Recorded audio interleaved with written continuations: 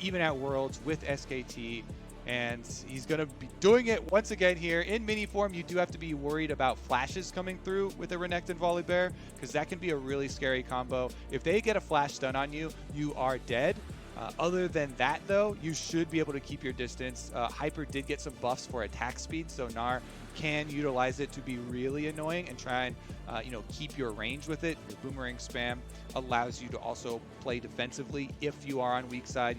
Your jungler's already down bottom and that there's going to be pressure around. So it is a pretty versatile pick, but later into the game, you also have to play around that rage bar and coordinating with your team. Sure. So there's a lot more things to think about.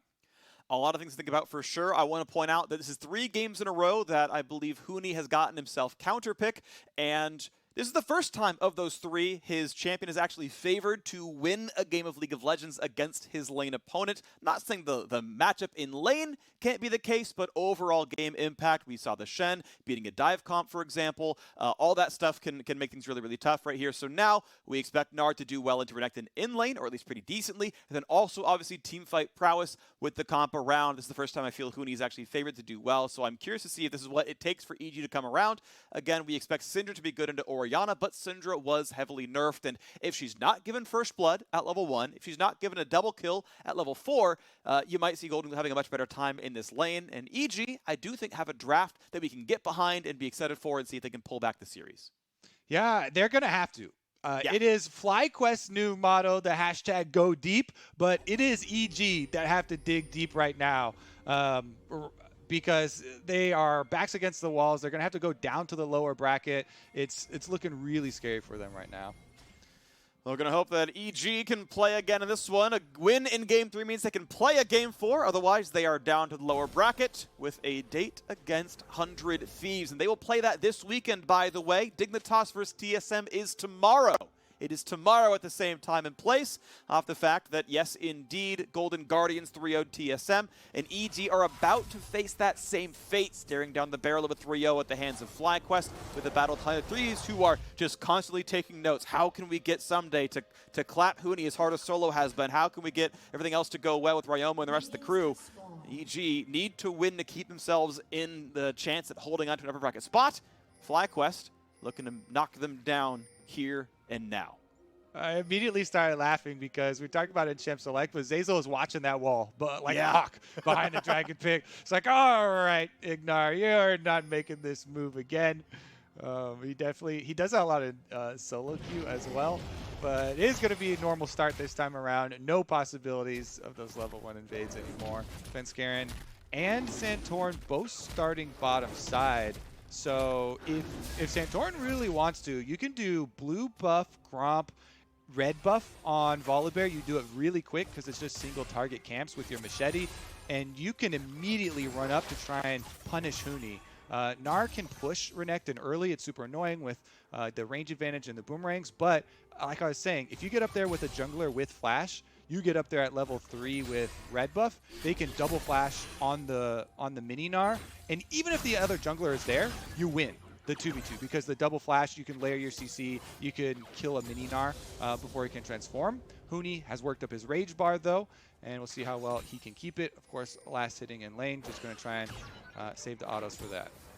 The Huni fleet footwork going to be running around trying to kite and keep dealing the damage. 11 out of 12 CS is going to be the start. Good job, Solo. Started with Dash, by the way, to get in and out of those fights and get CS without taking too much damage. That was the adaptation for this matchup. It's coming. Nice stun right there.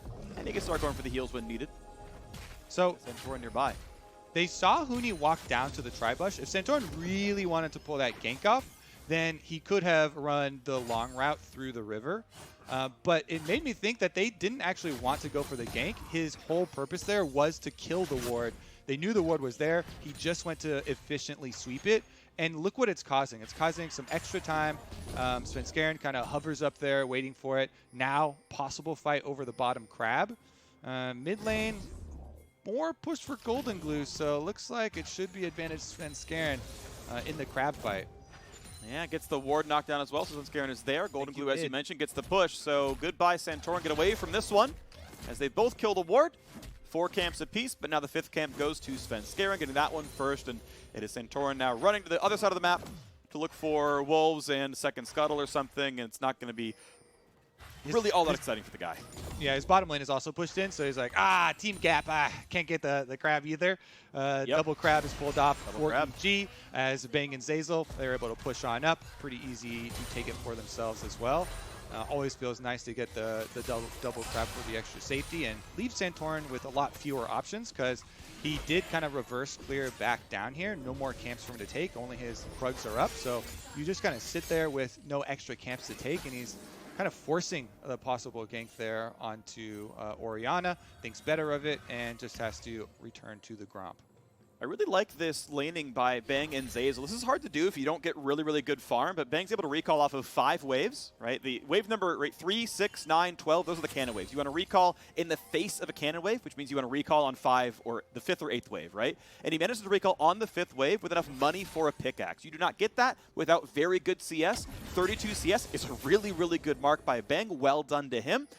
If you don't have the mechanics of Bang, you're not going to get that good of a recall. And so he's able to get in lane at a decent time. He lost 3 melee minions, and now he's up a pickaxe in the laning phase, and Turtle isn't going to have a recall that's good in sight for a while, and it's going to give a lot of lane pressure. I think we should expect an early Drake out of Svenskeren off of bot pressure. This should look really good on the EG side.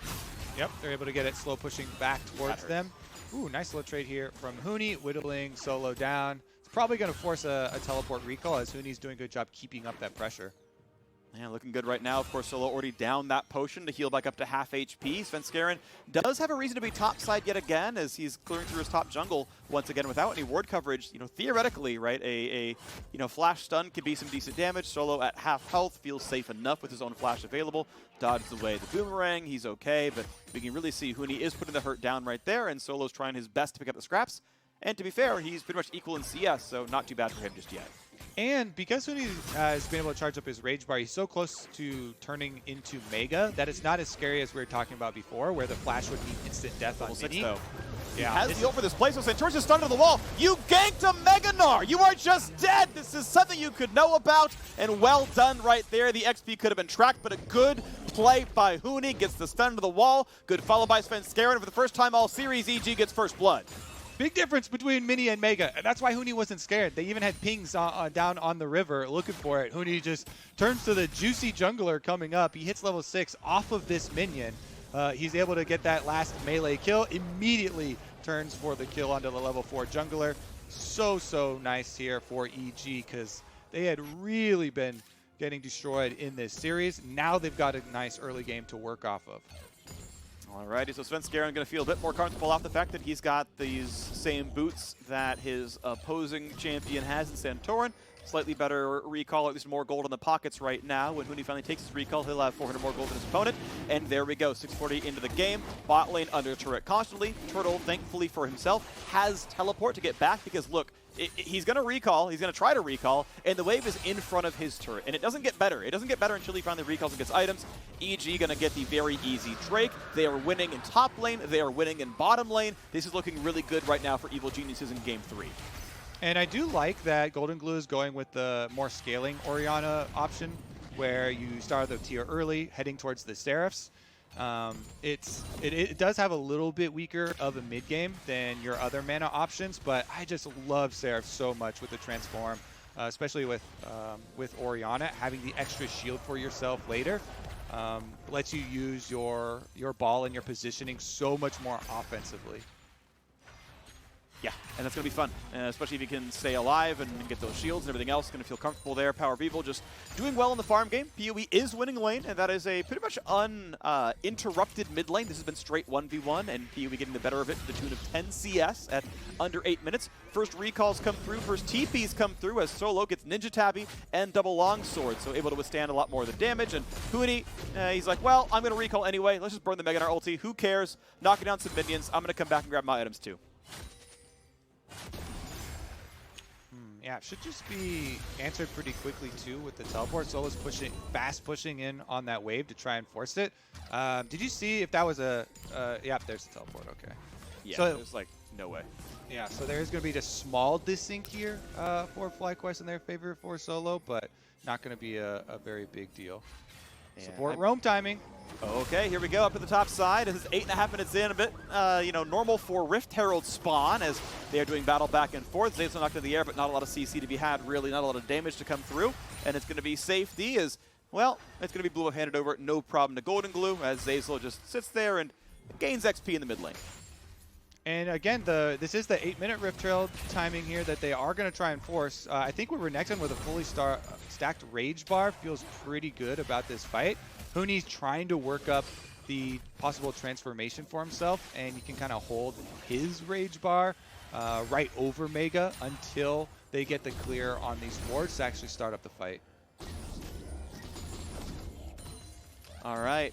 Well, 700 gold lead right now. Evil Geniuses just a little bit more gold than they get just from the first blood itself. That was 600 of that difference. And Svenskeren, Steel from the Conqueror on the side of the map. Easy push top side for Huni. Of course, components of Cleaver. Way better recall than Solo had. Thank you, First Blood, for that one. Going to feel real comfortable. Going to walk down. Going to grab that Herald. And honestly, there honestly should be a fair bit of pressure in the top side. This feels like the most clear-cut matchup advantage. Huni, I think, is favored here. He's going to keep Solo under turret constantly. I do want to see that Herald show up in the next maybe minute or so to knock down more of that turret and let Huni really keep Solo under the gun.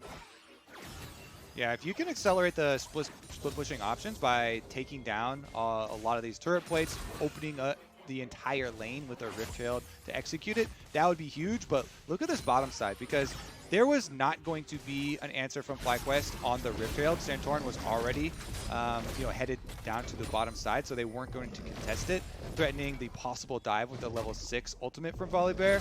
He ends up waiting down there for a super long time, all the way through the Rift Herald, through the reset, and now with Zeyzal returning with Bang, it's just, there's too much safety with Tahm Kench, and they end up not getting anything out of that waiting time. And just look at the CS discrepancy that's opened up in the jungle. A lot of this waiting for Santorin is hurting. Level 6 now to level 7. Decent amount head there for Svenskeren. Yeah, nice stuff right there. Gotta say, props to Solo for growing an 6 CS lead in the bottom lane off of even after getting first blooded, or at least his junk getting first blooded, and making that difficult. But here we go. There is the Herald summon. There is plate number 2 taking decent damage, and if they play aggressively enough for it, they can knock that plate before the charge. Even if they don't, it's still going to be Herald charge for another 160 gold apiece. Sadly for him, the mini wave is right there, so this is really awkward. They are at least going to knock down the Krugs. The Herald's not turning around, but Santorin's coming around, and they might miss the charge because of the timing of the mini wave. There's another attack coming in. They might miss the turret damage, and they do. That is such a heartbreak for EG, and an arrow to make it worse. This could be turning around rapidly. Ult over the top for Bang, but is it going to be enough? Svenskeren's going to die. That is a heartbreak. EG should have gotten a turret plate. Instead, they get killed. Shockwave not going to be enough damage. FlyQuest, they keep getting away with it. That is ridiculous, Phreak. The only thing you have to worry about is minion placement. IgNar now is going to run for his life as well. Zeyzal, another tongue lash. It's damage. I don't think you get the kill, but it's a lot of damage right there. He has the Tahm Kench behind in case it's going to go badly. It's going to force a recall out. That sucks. That was 300 gold they could have earned in the day. It's not going to be the case. Well played by Santorin and Solo to knock that one down. Great arrow by WildTurtle. The better global marksman ult. And now we go back to the game state. It is a gold lead for EG, but the wind just got let out of their sails. I guess we need to go over this again. Actually put out a video earlier on, but your minions, the minions are the only thing that is, going to put a stop to that Rift Herald, and you can just watch your minions spawning and where they're walking down your minion wave, down your lane, to know where your opponents are. Even if you don't have vision in the opponent lane, the minions are mirrored because they both spawn from the Nexus at the exact same time, and they walk the same speeds this early into this game. So it's pretty easy to work around the positioning of your own minions to know where they are. And Rift Herald getting stopped on that wave was so big. Yeah, really, really big stuff. So, still got to say, EG, 1-0 and Drake's up in gold. And I still like their comp a decent amount for late game as well. So, despite the heartbreaks there, I still want to reframe the conversation as EG doing better than they have in most of the games this series. They got the first blood. They've been making good plays. Again, I like Huni's matchup. He's back in the lane with Digitabby and a Black Cleaver. He's going to have that right now. Ruin King, of course, not done for Solo, so this Gnar can start doing a lot of work. But Solo is up 20 CS. Like, Solo's actually laning it very well, despite, a slightly awkward matchup. He's doing a great job up there in that lane, and we'll see what can happen next. and he's going Blade of the Ruin King. I love seeing Renektons go Blade of the Ruin King early. I know in LPL, a lot of them do go Black Cleaver as well super early on. There are definitely some that do Blade of the Ruin King, but it is just so scary once you get first item, Blade of the Ruin King completed with him, fully stacked Rage W. This is just another look at them popping the Rift Trail. They get the eye hit, then Turtle, as you mentioned. Ashe Arrow from the fountain, just right on target as well, and they fully burst down Svenskeren. No Haymaker. Huni goes over. PowerOfEvil does have to flash, but no counter kill or anything comes through from EG, and their objective nullified. All right, FlyQuest now the ones looking at this Drake. They're not stacking them too fast on either side, but Drake number 2 is on the map at 14 minutes, and FlyQuest taking this one with Santorin soloing it. Looks like no one's going to be really answering that one. Senna walking back to lane, and Turtle already has it under the turret, so looks like that'll be a easy 1v0 kill, and FlyQuest will tie the Drake score here. 300 gold lead still holding for Evil Geniuses, but now that the Drakes are tied, it's not as big of a lead as you may have expected from earlier on. Turret plates have dropped, and I believe the second turret plate was already taken by Huni in the top side, so a bit more gold earned. And now looking at even more turret damage as Svenskeren is there. TP coming in for solo. Now Gnar is going to have ulti for that one, but they don't want to go for the play. Instead, they're going to spot IgNar. That is a charm. That is a double knockup here as well. It's 3 up on the top side. Hello to PowerOfEvil. And that's going to be, yep, kills over the board. 2 more picked up. FlyQuest continue to be the better team. Meanwhile, bot lane turret's gone. Turtle is slowed, though. He's in danger. He's going to be rooted up as well. Here comes GoldenGlue. They're going to have the damage, just barely. Bang picks that one up. Turtle is back in the graveyard. Yeah, EG do get a counter kill on the strong side of the map for them, using their mid lane teleport down there at the same timing, but FlyQuest play was just better and earlier setup. IgNar, again, they just chain CC 100% to 0 this set. Once again, there's so many options. Renekton stun, Syndra stun, right out of the charm and knockup from Rakan here. Just look at it. Svenskeren doesn't get a chance to do anything. Charm into knockup, into stun. You see the bar charging up. Whenever you see that grip bar fully charged up, you're like, oh, is there going to be any sort of turnaround? Senna ultimate comes through. There could be a shield to turn around or something that happens, but no, they get bursted down. Then we see WildTurtle. They do get caught up there with the slow. So WildTurtle, you got to leave him. And Santorin immediately calls it off. Good luck, buddy, in the 1v3 piece. Yeah, can't hit it, though. They got the turret down there, so still well done to him. Turtle, of course, you can see his farm lead about +10. He's got the assist from the cross-map play, which is really nice. And hey, with the turret kill, it is FlyQuest up in gold, only team with a turret, and they're up a kill, so well done to that squad. Farm leads in most roles at this point. And now EG playing around the top side yet again. The Herald is up. We'll see if they get anything for that. Otherwise, FlyQuest shoving in the mid lane first. GoldenGlue doing his best to wave clear. Archangel's done. Merc Tread's coming in because you're against Syndra and Ashe. Makes total sense to buy that item. And Herald's going to reset one time. All right, FlyQuest moving in with the extra gold spent too. Plenty of control wards down. It's so scary right now if you're looking at even possibly contesting for EG, so they just don't.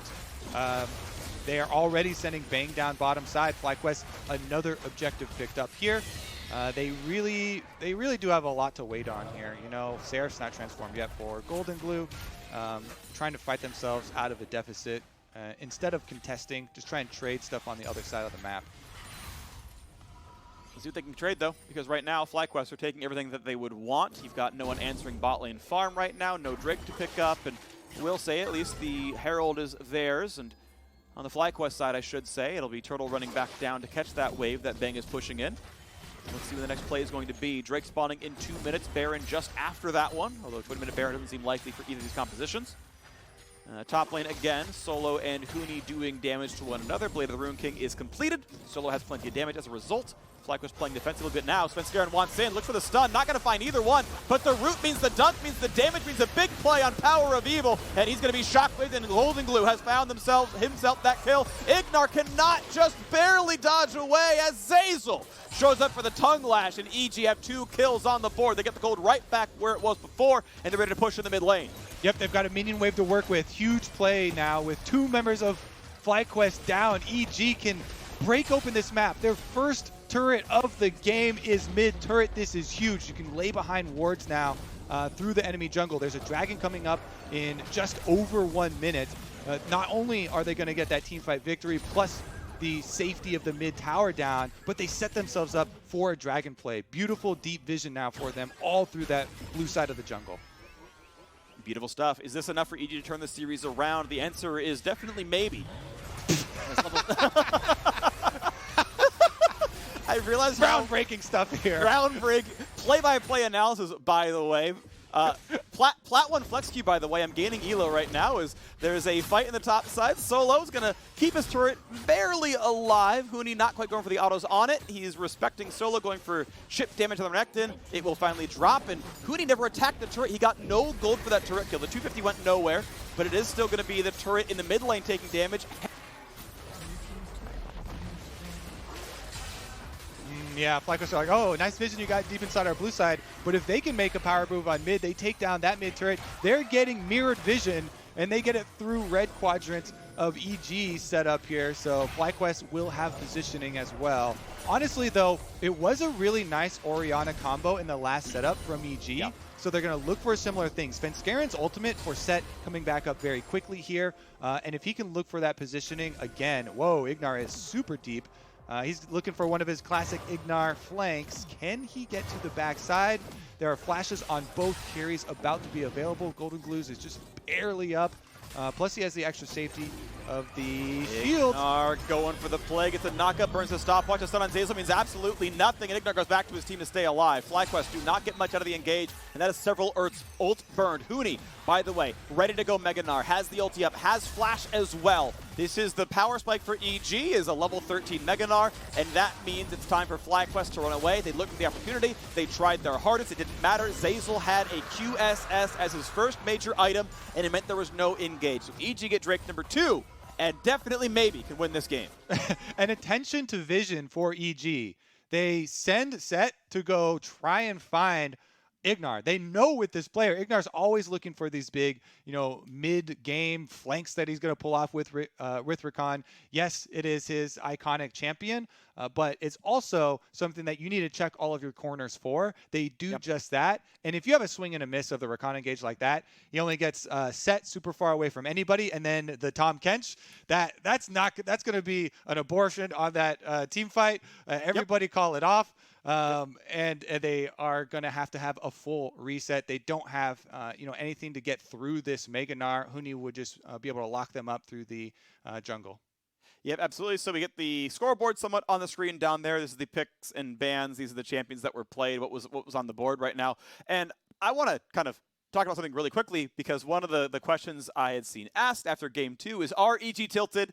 After Game 2 was a complete stomp and nothing worked at all, is this over? Is this going to be even worse than Game 2? Are they done for? And clearly not, right? Clearly some really great plays were made right there. The Gnar, I think, so far has worked out decently. The first blood has worked out. And even when FlyQuest started getting control back, they started making the plays, they got some objectives picked up, some fights going their way, EG still found the way to counterpunch, still found the place to engage. They just got the most recent Drake. Basically it means they won the most recent fight there as well by the fact that FlyQuest burned cooldowns and got nothing. So EG certainly in this game, they are fighting back, and I could definitely see them winning Game 3. Yeah, I mean, you want to see some more fight, right? Yeah. Especially since this is not, you're out of the tournament. There's still another best of 5 to play. So even if you're not going to win the series, you still need to have some sort of victory to keep up morale heading into the next game. So EG, they are set up pretty well here. They do have a lot of options. They're about to get the Muramana transformation in addition to the Seraphs that has already transformed for GoldenGlue, and they already successfully utilize some of those combos, with Orianna Sett. So we'll see if they can get those big AoE combos. Huni still on the Mega Gnar, much better performance from him, was able to turn around the early gank. He has played so much Gnar that he's not one of the top laners. I'm worried about managing their Mega Gnar transformation rage bar. So if the rest of the team can coordinate well around that, I do agree with you. I think EG set up at least way better than Game 1 or 2 in this one. Yeah, and I like their overall team fight look, right? You've got a lot of good stuff there. I'm liking Gnar. I like Sett Dunk. I like Orianna Shockwave. The persistent damage is not bad. Senna often gets called like a hard support, but she does pretty decent damage. It's kind of upfront. A lot of it just comes from the fact that you're going to Q auto somebody and you do, I don't know, like 15% current health or something, like some pretty high amount of upfront damage. But the cooldown on that passive is pretty long. You're getting it kind of once per champion per fight for most fights. You don't often get a second one when it matters anymore, but that still means if you're going, Gnar ulti, Shockwave, Senna combo, that's going to kill your first target most times, right? It's going to look pretty solid in a lot of cases. So, like, Senna is going to contribute. If you completely withstand that damage, if you're so tanky that doesn't happen, then yeah, you would kind of wish you had like a Vayne or a Jinx or a Trist or the other common marksman like Ashe down there. But for most team fights, I think Senna is completely serviceable. And this is not like, oh, it's a one carry comp. I want to make sure that's like pretty clear to viewers. And something that people often overlook because they're so focused on damage numbers and marksman getting kills is the utility that Senna brings with the healing and the shields for those team fights that you're mentioning. They're actually really big when you're fighting this way. If you're the team that gets the engage, if you have Gnar, Sett, and Orianna, you have a really good front line for trying to control the battlefield. Renekton and Volibear actually have a kind of hard time navigating it. That's why they have so much pressure on the bottom lane for FlyQuest to perform with their Ashe and with their IgNar looking for flanks. If you're unable to do that, Orianna shields, Senna shields, and heals will eventually win them the team fight, through the front to back and having the extra sustain for their front line and their combo. Absolutely the case. And one thing I want to point out as well, there's a couple of other factors that I think are interesting on a sort of micro level. One is Blade of the Ruined King Ashe does not do very well against frontliners that get shields and heals later on. Most of your damage is on the current health on hit damage. And so when you've got a 20% hit point Sett who then puts the shield up and then gets Orianna shielded and Senna healed, well, you're still doing damage based on that 20%, so you're not breaking those shields, you're not overpowering the heals, you kind of stop killing. On the other side, though, you have Renekton with the Empowered W who gets to break the Sett shield. And so when you get him low and he goes, Haymaker, you're like, nope, back to 2 HP, we're going to kill you anyway. Yeah, if you have your rage bar stacked up at the right timing for that, that's why the Renekton shield counter to me is always one of it's the more finicky. It's when people mention shield breaking, I'm way more on the Blitzcrank side. We're like, all right, great. You have a on command, use your ultimate, boom, that's great. Good answer. The Renekton one is definitely more difficult to pull off because oftentimes you need to use your rage early on in the fights. But when you do see it happen, it's definitely big. And it is super big in 1v1s, a lot of 1v1s as well. Yeah. The other thing I want to talk about is how much of a backline threat the Renekton Volibear can be. And now that we've seen the game kind of play out a little bit, we haven't really seen solo get into team fights yet. There really haven't been real team fights yet in this game. It's been a lot of 2v2 scraps with global ults coming across. But that's one thing we've seen, right, is Renekton, off decent farm, which solo totally has, just like runs in there, has like one bit of help from a teammate, and Senna has to run away, or, Affiliates has to run away, and they can't really get too much about this one. Yeah, Senna has very low base health. She doesn't build any armor in her normal item build. Like, she is under some threat, but there is a Tahm Kench. Like, at the end of the day, Renekton can dive in there and do his very best to kill Bang, but he probably shouldn't ever get that kill if Zeyzal's on the ball. And that means that it's one less sort of win condition that FlyQuest have in the actual team fights. Tahm Kench also good against Syndra. The ult's pretty well telegraphed. Chomp, untargetable, no damage, thank you very much. Zeyzal can counteract a lot of what FlyQuest want to do. Yeah. By the way, for everybody still paying attention here or starting to tune in now, we have all the players actually experiencing connectivity issues right now. So League Ops is investigating. They're seeing if we need to chrono break. So just a bit longer till we get some more information on this.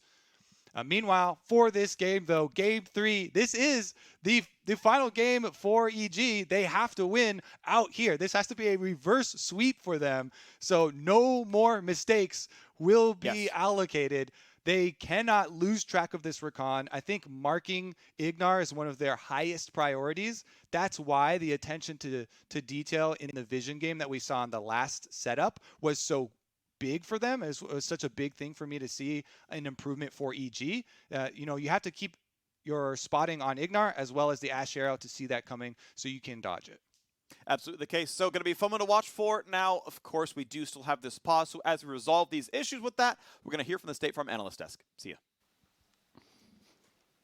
Thank you very much, gentlemen. As they explained, players are facing some connectivity issues, so League Ops is investigating whether or not a chrono break will be necessary. We'll keep you apprised and updated of all the info as it comes. But gents, right in the middle of Game 3, where EG needs to put 3 wins together in a row, they've got themselves within striking distance. Yeah, it's been more impressive than I thought it would be. You know, I thought that they would have had their mental boomed a little bit, but they're actually doing okay. And it's even more surprising considering that a lot of these plays look bad. They're trying to play around Huni all early game, and it wasn't actually. They were getting countered out quite a bit, but they're actually still in an okay spot. It's brutal that we had to start with this, but Herald, man. We're like, EG's doing all right. And they run the Rift Herald replay. This replay was poorly timed with my point. Yeah. But this one's not any better. Yeah, this one's not great either. This is the IgNar room too. EG's doing pretty well. Look at them fail to use the Rift Herald and then get slammed 3v2 They're doing top lane. They're doing a great job playing around Huni. All right, here we go. This is EG coming out on top, Here we go. right? This is what we wanted. Yeah, we get a TP from Orianna, so they actually are able to trade a kill back here. Santorin just says, "Peace, Turtle, you're on your own." And this is not when a KDA kind of player. started turning on. Yeah.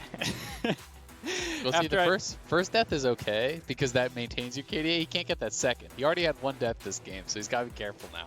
I like this. Good catch around the blue buff.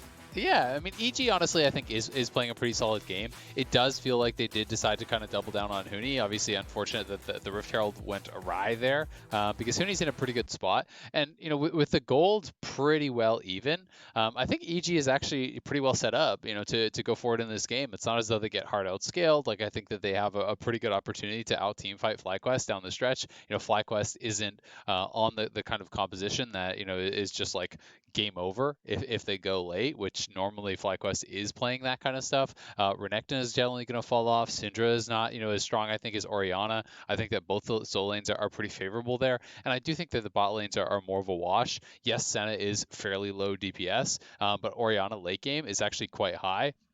And even Gnar is going to be able to contribute quite a bit of damage to some of those frontliners, I think, come teamfight time, especially assuming, you know, Huni's going a pretty heavy damage build, which he generally likes to do. And I think their comp still works well even for a 4-1 as well. Obviously, Gnar can stay splitting, but then you have TK to collapse in on the side. Ori has TP. Senna has the global ult. They actually have a lot of tools to support Huni. And they've done a good job of grouping up and contesting Drakes. That last one, they got there. They were able to survive the FlyQuest attempt. And as soon as that didn't work, FlyQuest just pieced out of there and gave them that Mountain Drake. And so now they're on 2 Drakes to 1, I believe it is. And it looks like FlyQuest going to keep having a harder and harder time contesting as long as Huni does manage his Gnar bar correctly, because that's always the big thing about team fighting with Gnar.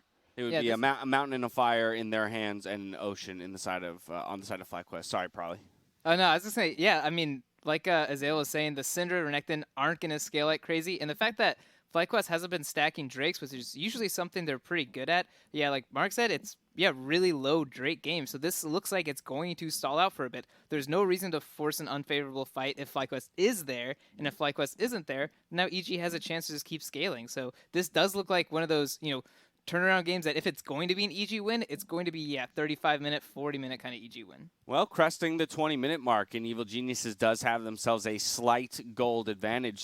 So all things, you know, point to positive in that regard. I guess then I want to, you know, let's flip the script a little bit and talk about FlyQuest and how they could wrap the series up. Because would you consider this about the time that we should go into panic mode around how our comp scales and what our options are in this game?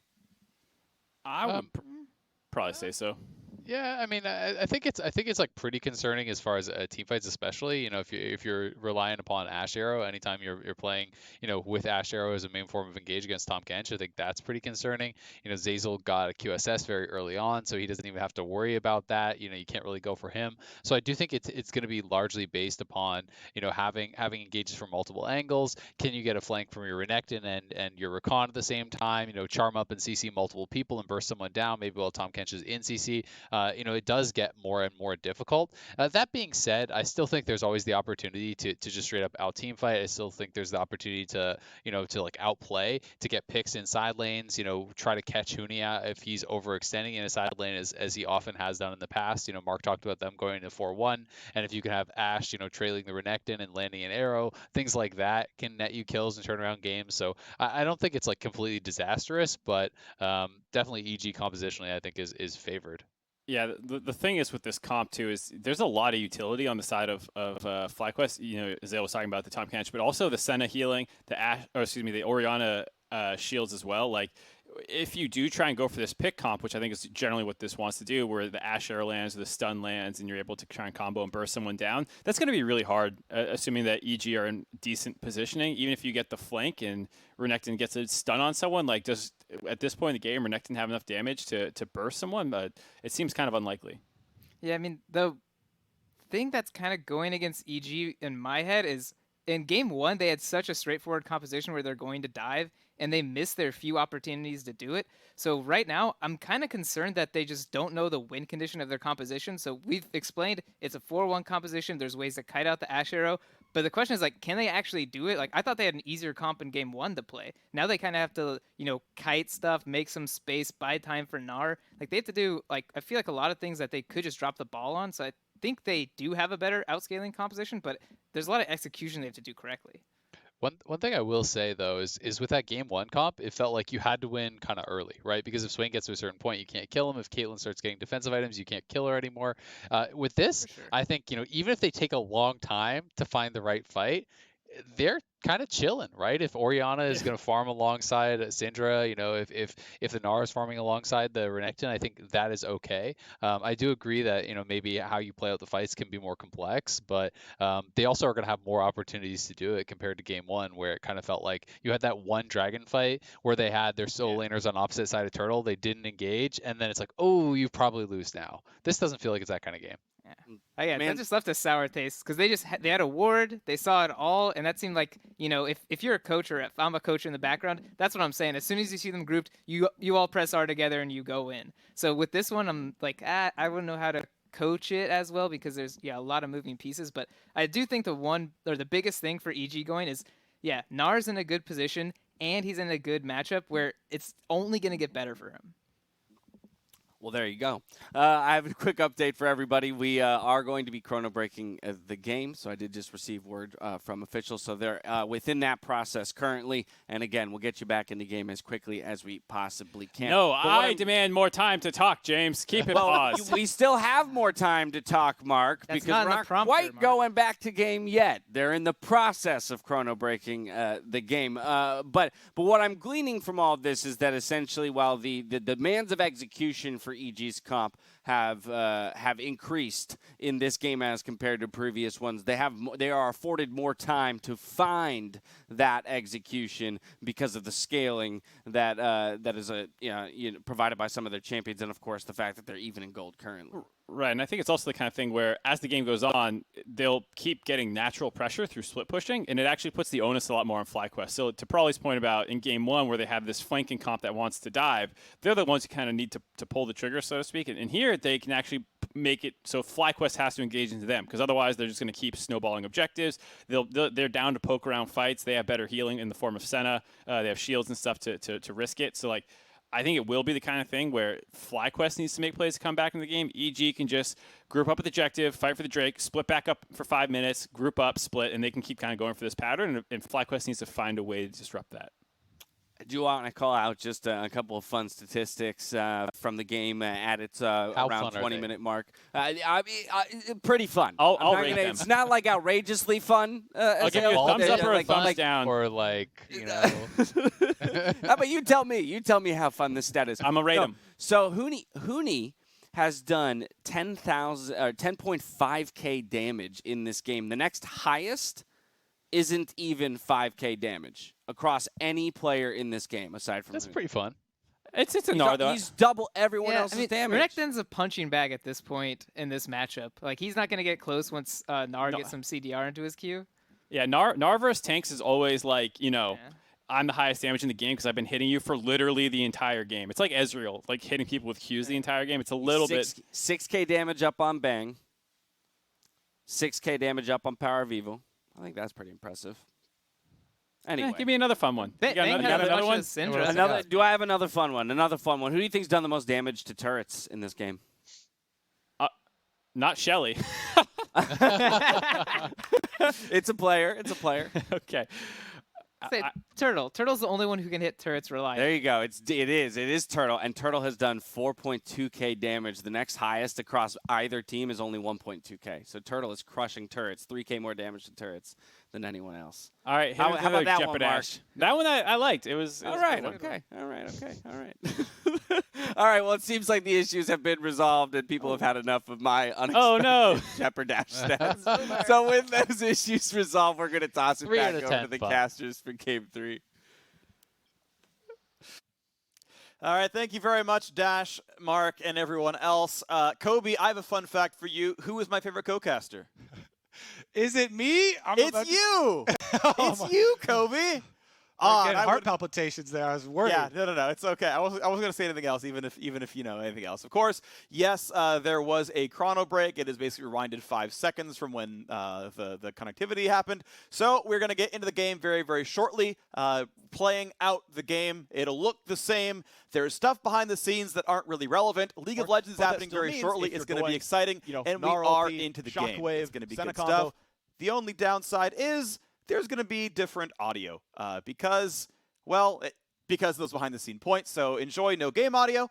In about 4 minutes, we'll have game audio back, and it'll be fine. Zeyzal not going for the ult play into the bot lane. This is live, and Solo is forced to flash away to stay alive right here. Once again, the game state Evil Genius is up just a few hundred gold, but looking like they have a fair bit of pressure down here. Problem is, no one was yet answering PowerOfEvil, so the top lane turret's going to get hit hard. Exactly. They're going to get more gold right out of this turret. Teleport is ready for PowerOfEvil as well. And you already see the rotation from mid lane. So while they make evasive maneuvers on the bottom side, they get everybody out. Turtle and IgNar pushed in mid lane and then are able to come take the rest of this blue quadrant of the jungle in addition to that tower that FlyQuest did get. So look at this. FlyQuest right now up in gold right now. Down a Drake, but it's not the worst thing in the world as we look back at the game state and where everyone is going around these lanes. Bot lane going to be answered finally by GoldenGlue, but is dropping some farm. Also a very defensive build. Banshee's Veil second item, about 100 MR and change in that build. Shouldn't be an easy target for PoE, but if they can poke out that Banshee's Veil, he is still killable by all the physical damage on the FlyQuest lineup. Yeah, he's probably worried about all the different forms of quick engage, Ashe arrows, Rakan coming through, stuff like that, long range Syndra stuns even. Huni is going to use his ultimate just as his rage bar whiffs, but doesn't really matter. It was timing out anyway. Up on the top side is the more important part because they're setting up around vision around this Baron and trying to get the push back. Yeah, also double black cleaver right now on the EG lineup here. Obviously, I really like cooldown reduction stacking on Senna overall, but it means they are really trying to knock down the frontline armor so that the rest of the physical damage dealers can do well. Huni, of course, as we mentioned, yes, big advantage over against Solo's matchup is not easy at all for the Renekton. Frozen Mallet in for Huni means if Solo ever messes up, he just dies by getting run down by the slows. Huni back to Mega Gnar, wants to kite back a little bit as he doesn't know when the rest of the teammates are coming, but now the TP play. Ulti is up in about 2 seconds, finds a slow, but the ulti wasn't yet up to play when he was in melee range of Solo. He's about a second or two off, but still this could be a play. Svenskeren's going to run fast. He could dunk into the wall. He could at least find the first stun, and they're not going to go for anything more than that. No kill going to come through on a Solo. He will walk away safely, not even burning a flash. Definitely miscommunication there. Yeah, because the ult was used earlier at the tower. Few seconds off means everything. If you start channeling teleport first, scares off the Renekton. He gets out alive, and nothing comes of that rotation from Evil Geniuses. Now they're kind of stuck in this jungle with IgNar, Turtle, both looking for possibilities of locking somebody down. Drake's still 2 minutes away, so it's not going to be the play just yet, but at least they're playing over this blue buff right now. Evil Genius is feeling a lot more comfortable in this game. Gold back to tied, blue buff being started, and can they hand it off to GoldenGlue? Should be able to. Easy QW, easy pick up there. And no problems on that side of the map as the sad little blue buff soul will go unclaimed by Bang. Still scaling up. Muramana is done. That's a nice one to see. Black Cleaver, as we mentioned, already gone there as well. And Bang, one of the players who actually goes Berserker Greaves on the Senna. I am partial to the increased move speed of Swifties, but you do get some returns out of gaining more attack speed. Not a lot. Senna has very, very poor attack speed scaling, but you do feel it. It is a bit faster, and it is a small DPS increase. Yeah, I actually think Shakeris has a pretty good video recently that had a visual for the auto attack windups to get you a feel for it. Obviously, pro players really do like the feel with it since her auto attack windup is so long. For setting up for this dragon fight, though, some key things have come in with the item spikes, and we're talking about, oh, this Rakan's job is so difficult for IgNar. But with the Zhonya's here, now he's got a little bit more safety when he does hard commit to one of these super deep flanks, trying to get behind the opponent. So he can go really aggressively, try and get the good engage for the team to allow Solo and Santorin better ways into the fight. So we do have an Ashe arrow hitting right before the pause. So that was the moment, I believe, that we were rolling back from. So that was the roll. That was everything up into the chrono break where people were saying connectivity issues was, hey, I'm Bang. I'm a former 2-time world champion. I can flash Ashe arrows, not in a straight line. My understanding is all players reporting this sort of delay. So we're going about 4 seconds back from that. And then when we come back on screen, it'll be the live game post-chrono break. Here we are, actual live gameplay. We are on for the rest of it. All right, let's get to it then. 17 seconds left on this Dragon FlyQuest with the inside track. Once again, need to mark IgNar here. Svenskeren did a good job last time looking for him. They usher up the mid wave. And Solo with a fully charged bar on the top side gets a big stun.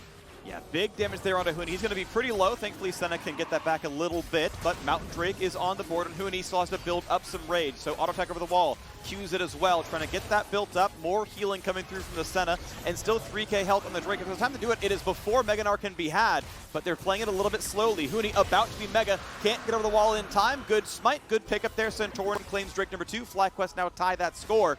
And without Huni able to get Gnar in time, there is no real engaged threat, and EG can only push in the mid lane. Now, this could still be pretty good. They have the inside track. They've got this turret at 60% health, but they will not go any further. They will not try to knock that one down. Instead, ooh, it is Solo on the wrong side of the play. He can try to TP in the brush, but there is vision. Thankfully for him, though, there are no recall stops. There's no way to stop that one. Sorry, teleport stops, as Gnar cannot stun, and out he goes with only Burning Summoner Teleport.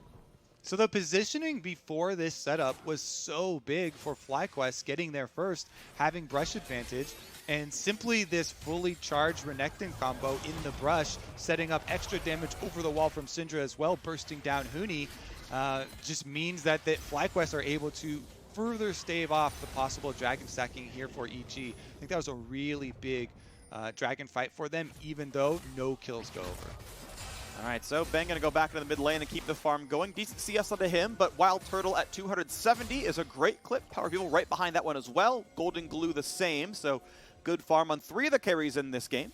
A slightly more defensive role, of course, for Bang, going towards Rapid Fire Cannon to get that first auto attack off. That can, of course, be very valuable. And you really do have good upfront damage on Senna, and just barely not catching the recall out of IgNar. That could have been the chance at a kill, or at least a flash burned away. End of the day won't mean much. Bang comes to give his champions some movement speed, turn them into wraiths for a second, but no place to be had but wave clear in the mid lane. Yeah, they've got plenty of cooldowns to use as well. WildTurtle has the Hawk Shot. They've got both Scryers available for them, so they don't have to get worried at all here right now for FlyQuest, even though EG can walk on and stick around this Baron. They have plenty of stuff to check it, even with that Scuttle Crab and Svenskeren being the only one they saw walk in, still using one of them.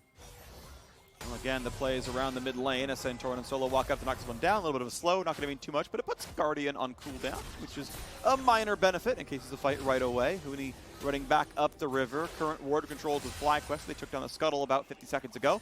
Coming out soon. And mid lane is cleared back by Bang there as well, waiting for his recall. Doesn't have money for RFC, so not taking the recall just yet until he has that money. He's got enough mana he can play around the map. Obviously full health, no big deal for him. Stun is going to land. Decent damage out of PowerOfEvil. Still not going to stop anyone, though, and Bang is back to hitting minions. I feel like they should be having Huni split pushing right now, though. His teleport is up. He's got the Frozen Mallet build, so when you invest into that and you're slow, that's a lot more beneficial for your 1v1s in the side lane, chasing down the Renekton. You've got extra speed with your Hyper, with your Fleet Footwork, and since you have the slow from your Frozen Mallet, you can keep the Renekton at distance. So all that maneuvering here around mid, I think they should have got him pushing a little bit earlier. He is there now if you look at the side wave, so should be able to get it up, and it is a reset. They're buying their extra control wards so that their other 4-man group on the other part can actually pull pressure away from him and allow him to try and get that extra damage. My guess, Kobe, was he was letting minions die as the bot lane is stacking up towards his own turret. Ooh, that's a shotgun. That's a big play towards Santorin. They're over the wall. They're going for the chase down. His ulti has been burned. He has flash if he needs it, and he's going to get away. Ulti not going to land. He flash ulted and got Santorin's ult to get away from that one. So can't blame the chance of the cooldown. Can't blame the chance of the kill. But now there is a flashless, ultiless Volibear forced to heal back inside the base. And honestly, the flash and ult for Gnar, definitely a bit bigger impact for the team fights. But those two being traded there, Santorin, good use to get himself out of there with the escape. I still think Huni can be extremely useful to the team if they do work around the rage bar. The teleport now giving you the extra speed coming in is really big, and he's level 16 now, but he does have to start charging up his rage a little bit beforehand. A little bit of poke from Huni, trying to stack up the rage a bit there. IgNar walking forward, not going to land that boomerang yet. Still 50 seconds on the Drake. Big damage towards Zeyzal, not quite going to land on a bang though. First Ashe arrow I've seen miss from Turtle in quite a while, to be honest. And now, here comes the engage. The attempted play, a knock up there. Zeyzal has to burn the QSS, gets away, gets a shield, gets to stay alive. Re-engage coming in, dunk onto the backline, hits on a 3. Big stun comes across, Senna over the top as well. And EG want this fight. Can they kill Santorin? They're going to get IgNar first. Solo in the backline, gets 1 kill. He is right in the front and kites right back out. 4v4 in this fight. Double root comes in, but not enough for a kill. EG back to the mid lane. Their health bars can be sustained back up by the Senna. And to keep in mind that this Drake spawns in 20 seconds. Who's going to be healthy enough to do this one right now? EG could push in for mid, but they want to answer Drake as well. Which way do they go with this one? They're going to leave mid alone. They're going to play for the Drake instead when they could have gotten mid lane tier 2. They want to wait around, but Solo, keep in mind, he has a rage bar. He's level 16, no ulti, but a lot of stats onto him. Not going to find the roots. Going to force Solo to back off and go into towards his Drake. As Santorin comes back onto the map, IgNar has respawned. The same's going to happen to Huni in 18 seconds. A very desynced recall. Very desynced respawn. Now look at the Drake right now. It's a 4v4, but soon the 5th will be here as into the front line goes the jungler, goes for the smite steal, cannot grab it, and it's a 2 for 0 if you count the Drake as a kill. WildTurtle, of course, on the board with that one, and now IgNar is there. EG could have gotten mid lane tier 2. Instead, they chose to die in the Drake pit. Huni's alive now with his teleport available, but I think with the kill on the Svenskeren, it's just too big of a loss for EG, and they won't be able to punish at all. That was so big for FlyQuest. Smite landing as well as getting the kill here and being able to get out after the Orianna damage. Look at the setup here. All right, so once again, that arrow splits right between Zeyzal and Bang, so it doesn't get cooldowns out of either of them. And then they try and force because they want to get the recall from Orianna. There's the teleport starts channeling. IgNar gets the lockdown onto Bang and Zeyzal, but there's no damage there to follow up. So no damage during the CC means it's a good counter-engage opportunity for Svenskeren. Dunks right into the middle, and they get the big punish onto IgNar first, but Solo's Renekton can burst down Huni in the exchange. Then we get our 4v4 standoff. MVP Syndra stun. Huni had Gnar. He had ulti available with it, but keep in mind, no flash from the attempt on Santorin. Means he had to walk forward to find an ult. PoE stunned him, flash W from Solo killed him off, and never did we see the Gnar ultimate. Sterix gauge is in, but by the way, that shield does not pop on Gnar. It is a melee-only shield. The chance to one-shot Gnar still exists for this team. Death Stance done for Solo, and I need to see more out of Huni's Gnar. Yeah, so the Sterix, Huni has bought this for years on Gnar, and I know it's a super hot topic. As you said, doesn't work in mini, which is where you really want it. If you get burst down like we saw in the last fight. Oh. Easy cleanse. Out goes Zeyzal.